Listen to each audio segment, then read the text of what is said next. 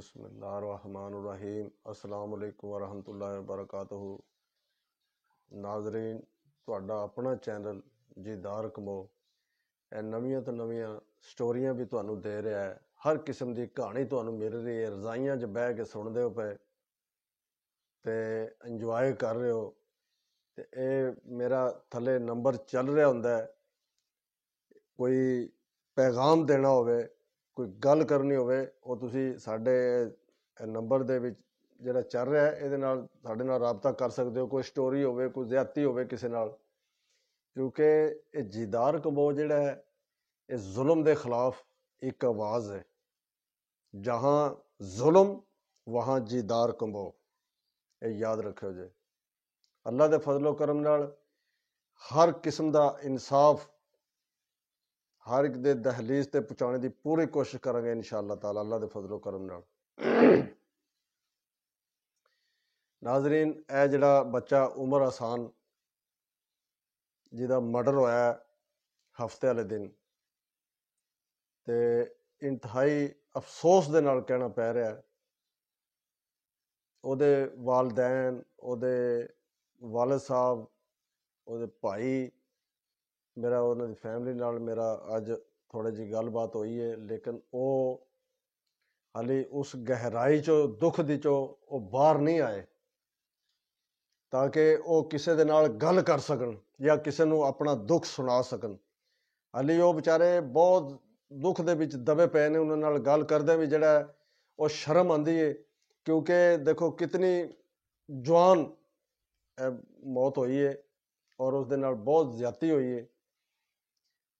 ਅੱਛਾ, ਇਹ ਜ਼ਿਆਦਤੀਆਂ ਜਿਹੜੀਆਂ ਹੁੰਦੀਆਂ ਨੇ ਨਾਜ਼ਰੀਨ, ਮੈਂ ਇੱਕ ਦਿਨ ਪਹਿਲੇ ਵੀ ਪ੍ਰੋਗਰਾਮ ਕੀਤਾ, ਉਹਦੇ 'ਚ ਮੈਂ ਦੱਸਿਆ ਕਿ ਉਹ ਬੱਚੇ ਦਾ ਮਰਡਰ ਹੋਇਆ ਸੀ ਔਰ ਲੋਕ ਇਸ ਤਰ੍ਹਾਂ ਪਾਗਲ ਨਹੀਂ ਬੰਦੇ ਹੋ ਜਾਂਦੇ। ਮਰਨ ਵਾਲੇ ਨੂੰ ਇਤਨੀ ਉਹ ਨਹੀਂ ਜਿਤਨੇ ਦੂਸਰੇ ਪਾਗਲ ਹਨ। ਜੇ ਖਾਮ ਖਾ ਐਕਟਿੰਗ ਹੋ ਰਹੀ ਸੀ ਜ਼ਿਆਦਾ, ਵੀਡੀਓ ਬਣਾ, ਇਹ ਕਰ।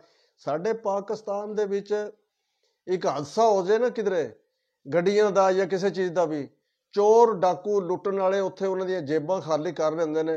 ਹਰਾਮਜ਼ਾਦੇ ਕੋਲ ਇਤਨਾ ਨਹੀਂ ਹੁੰਦਾ, ਬਗੈਰਤਾਂ ਕੋਲ, ਕਿ ਉਹਨਾਂ ਨੂੰ ਇਨਸਾਫ ਮੁਹੱਈਆ ਕਰਨ, ਉਹਨਾਂ ਨੂੰ ਸਹੂਲਤ ਦੇਣ, ਉਹਨਾਂ ਨੂੰ ਚੁੱਕ ਕੇ ਇੱਧਰ ਕਰਨ ਉੱਧਰ ਕਰਨ, ਉਹਨਾਂ ਨੂੰ ਕੋਈ ਲੋਹੀ ਪੱਟੀ ਕਰਨ ਤੇ ਉਹ ਸੰਭਾਲਣ ਉਹਨਾਂ ਨੂੰ।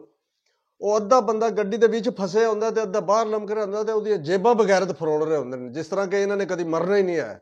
ਲੱਖ ਦੀ ਲਾਹਨਤ ਐਸੇ ਬੰਦਿਆਂ ਦੇ ਉੱਤੇ ਜਿਹੜੇ ਇਸ ਤਰ੍ਹਾਂ ਕਰਦੇ ਨੇ। ਖੁਦਾ ਦਾ ਖੌਫ ਹੋਣਾ ਚਾਹੀਦਾ ਬੰਦੇ ਨੂੰ। ਅੱਛਾ, ਇਸ ਬੱਚੇ ਨਾਲ ਜਿਹੜਾ ਮਰਡਰ ਹੋਇਆ, ਉਹਦੇ ਨਾਲ ਜਨਾਬ ਇੰਜ ਪਾਗਲਾਂ ਔਰ ਉੱਥੇ ਫਿਰ ਰਹੇ ਨੇ ਜਿਸ ਤਰ੍ਹਾਂ ਆਮ ਕੋਈ ਮਤਲਬ ਕਿਸੇ ਜਾਨਵਰ ਦਾ, ਕਿਸੇ ਦਾ ਕੋਈ ਹਾਦਸਾ ਹੋ ਜਾਏ, ਕੋਈ ਪਰਵਾਹ ਕੋਈ ਨਹੀਂ। ਇਨਸਾਨ ਹੈ, ਜਵਾਨ ਬੱਚਾ ਹੈ, ਉਹਦੇ ਨਾਲ ਇਸ ਤਰ੍ਹਾਂ ਬੜਾ ਹਾਦਸਾ ਹੋਇਆ ਤੇ ਤੁਸੀਂ ਉਸ ਨੂੰ ਫੌਰੀ ਤੌਰ ਤੇ ਚੱਕੋ।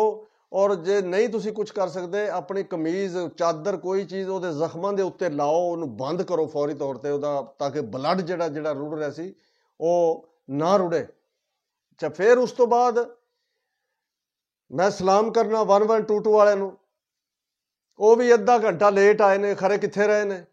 25-26 ਮਿੰਟ ਦੱਸ ਰਹੇ ਨੇ ਕਿ ਵੀ ਉਹ ਲੇਟ ਹੀ ਆਏ ਨੇ ਤੇ ਬਲੱਡ ਉਹਦਾ ਰੁੜ ਰਿਹਾ ਸੀ। ਬੰਦੇ 'ਚ ਕਿਤਨਾ ਕੁ ਬਲੱਡ ਹੁੰਦਾ, 5 ਫੈਰ ਲੱਗੇ ਸਨ ਉਸਨੂੰ। ਔਰ ਉਸ ਤੋਂ ਬਾਅਦ ਫਿਰ ਉਹ ਲੈ ਕੇ ਗਏ ਨੇ ਜਿਸ ਵੇਲੇ ਫਾਲੀਏ।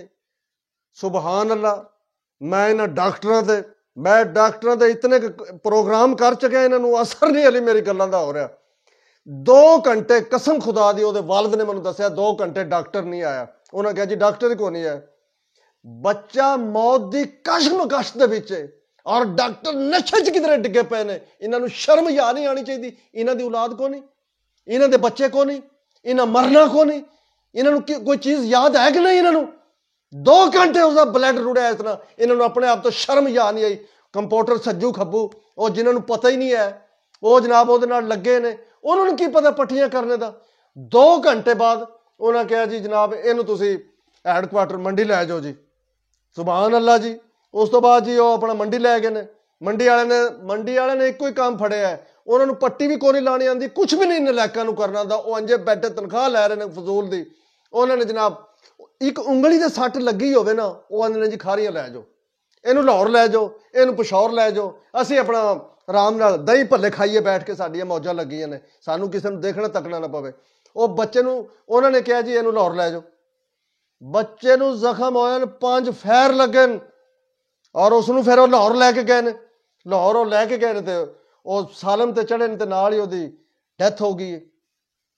ਯਾਰ ਕੋਈ ਖਿਆਲ ਕਰੋ ਯਾਰ, ਕੋਈ ਇਸ ਮੁਲਕ ਦਾ ਖਿਆਲ ਕਰੋ। ਉਹ ਮਰ ਜਾਣਾ ਸਾਰੇ, ਇੱਥੇ ਕੁਝ ਵੀ ਨਹੀਂ ਕਿਸੇ ਦਾ ਰਹਿਣਾ। ਔਰ ਜਿਨ੍ਹਾਂ ਨੇ ਮਾਰਿਆ ਹੁਣ ਮਾਲਕਾਂ ਦਾ, ਸਾਰੇ ਉਹਨਾਂ ਦੇ ਟੱਬਰ ਬਰਾਦਰੀ ਜਿਤਨੀ ਵੀ ਹੈ, ਸਾਰੇ ਇਲਾਕੇ ਦਾ, ਮਾਂਗੜ ਦਾ, ਹਰ ਬੰਦੇ ਦਾ ਇਹ ਮੁਤਾਲਬਾ ਹੈ ਕਿ ਜਿਹੜੇ ਮਾਰਨ ਵਾਲੇ ਨੇ, ਸਾਡਾ ਮੁਤਾਲਬਾ DPO ਅਨਵਰ ਸਈ ਸਾਹਿਬ ਔਰ IG पंजाब, वज़ीर आला पंजाब, वज़ीर आज़म इमरान खान, सारे दे अगे साडा यह मुतालबा है कि जिस वेले वो पकड़े जान, क्योंकि वो कसूरवार ने, उन्होंने जुर्म किया, उन्होंने उस जगह ते टंग के उन्होंने सजाए मौत दी जाए, उन्होंने छोड़ना नहीं है। उन्होंने मैं तुहानू अज अल्टीमेटम दे रहा, ये सारे इलाके ने इस चीज़ का इकट्ठे होकर उन्होंने मुतालबा किया है। और वरना ये सारा इतजाज होएगा, हर चीज़ का पूरे हल्के का घिराव होएगा, फिर पता लग जाएगा। वरना उन्होंने फौरी तौर पर उन्होंने पकड़ के उन्होंने सजाए मौत दी जाए। इस दे नाल ही जीदार कंबोह नूं इजाजत दो। खुदा हाफिज।